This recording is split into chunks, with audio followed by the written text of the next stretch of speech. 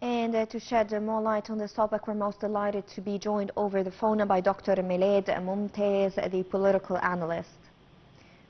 Dr. Milad. Hi, ma'am. Good afternoon. Good afternoon. We're very happy to have you with us and talking about a prominent visit, especially during this critical time. Can you tell us the significance of this visit to Djibouti at this particular time? Actually, I find this visit is fundamentally significant to both Egypt and Djibouti as well. Okay, on different levels, actually. You know, if we are talking about, strategically speaking, economically speaking, I find it as very, very important. We all know that Djibouti is a highly strategic country because it's off, the Bab el-Mandeb Strait, and of course we know how turbulent the situation is there with non-stop attacks from the Houthis on the different ships. And Egypt has been suffering, economically speaking, for the last, I think, it's over 16, 17 months now, of the ongoing situation. And we need to mention very clearly that we have lost, like more than $7 billion of our revenue from the Suez Canal because of the turbulent situation, there, at the Bab el-Mandeb Strait. So I find this visit as a very important, trial. Egypt is trying very, very hard to secure the stability of the situation there at a very important region. Because in my mind, economically speaking, the situation, especially nowadays in the world, we have been following the news about the tariff war in the world. So I think the entire situation in the world, economically speaking, is becoming more and more challenging. Yes, and we don't want anything else to add up to all of this. So instead, actually, of talking about the situation, I find that President Sisi, that going there himself to meet up with the head of state of Djibouti, to have direct talk with the head of the state over there, to make sure that not only the stability of the area, but of course there are other very important issues. But I'm focusing primarily on this one because this very important issue is highly critical nowadays. And let me actually clarify something else which is very important. The situation there is not only crucial to Egypt because of the Suez Canal. It's very crucial to the entire world, economically speaking, because Suez Canal is a very important international trade route. Yes. No one can deny the importance of the Suez Canal. And no one actually would say that, we don't need it for now, because I think a majority of countries have been suffering from going around Africa, because that's the other alternative, the other route that you go around Africa, and that takes weeks if you want to do this. But so I think it's time to make sure that all countries, especially countries like Egypt and Djibouti, that join forces, and I mean it. These countries should join forces all together to make sure that the economy and the trade routes are secure. And if you don't mind, I'd like to mention something else, and I wouldn't consider it as a side issue. We need to get to the roots of the issue. The main cause of this issue at Bab el-Mandeb Strait. Yes, of course. I know we're not talking about the Houthis, but I'm talking about the main issue is the situation in Gaza. Situation in Gaza. I think we need to address this issue, very directly to make sure that, the entire situation or the entire region is stable enough to go ahead. Because economy doesn't work in that kind of hazy and foggy situation. Stability is a must for any economy to flourish. Of course. And I think most countries in this, if not all African countries, I think it's time to go forward. So I think we are facing very, very challenging situation, and I think we have to work together.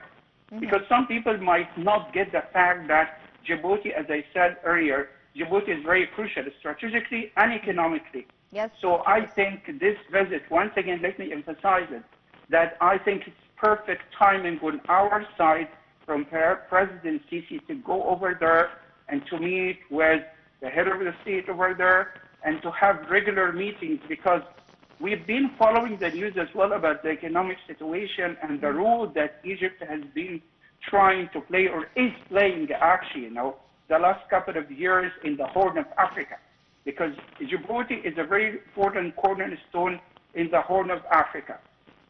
Yes, and economically speaking, I believe that it's time to join forces, and we have been doing that for the last couple of years.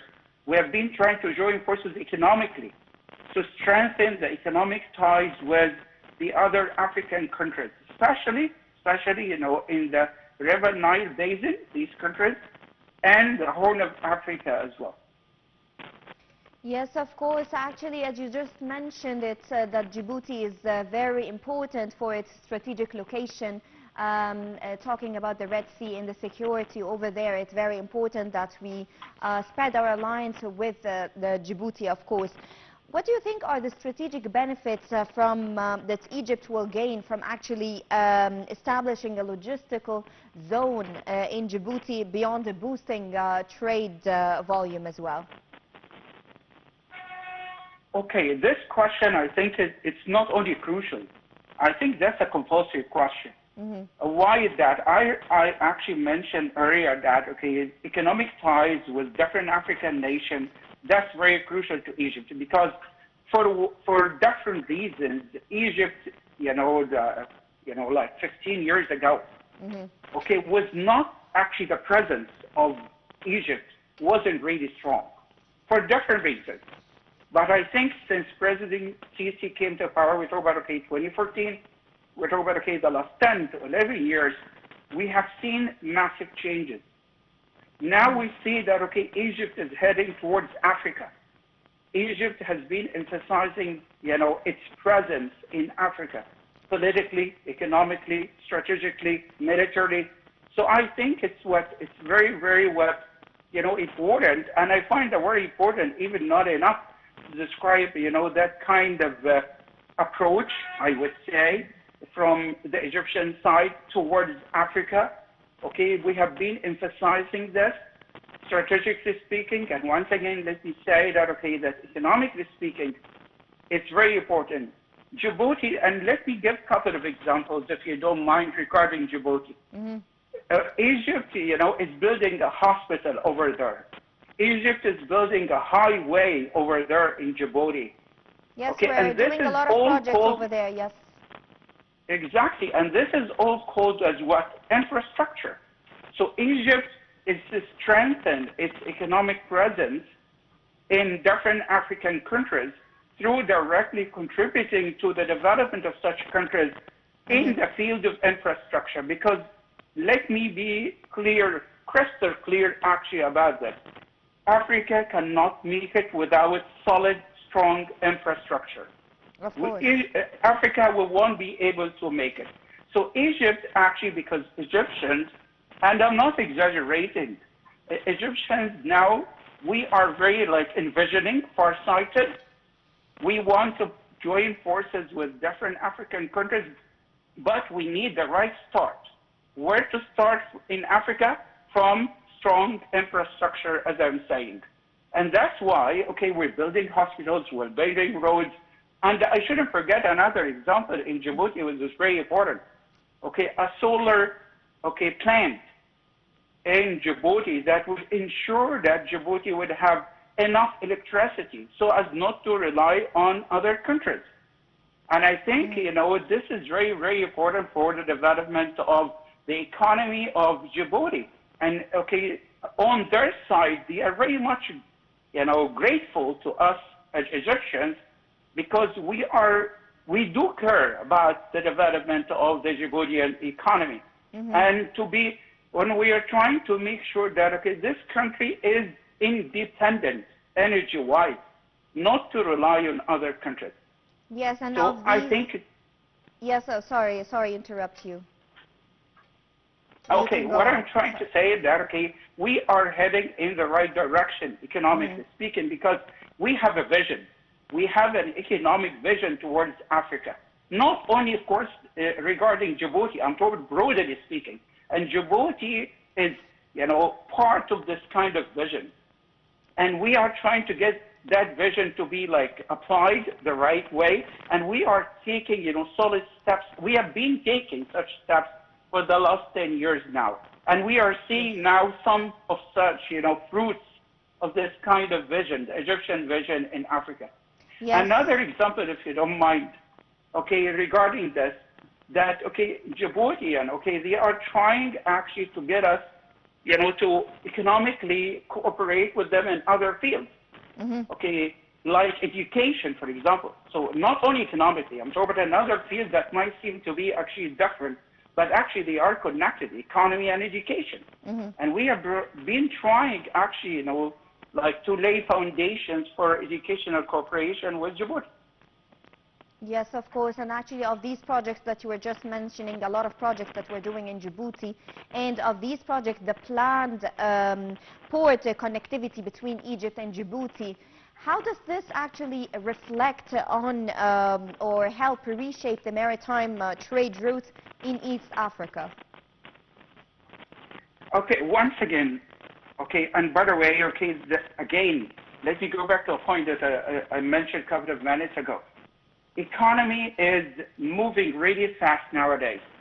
And for different reasons, as I said earlier as well, that Africa in general, okay, there was sort of setback in Africa. And instead of moving forward, and by the way, I'm not exaggerating about this, Africa is the richest or one of the richest continents in the world in terms of the availability of raw materials. And in terms of the potentiality of economic development. So we need actually, to fast forward all of this.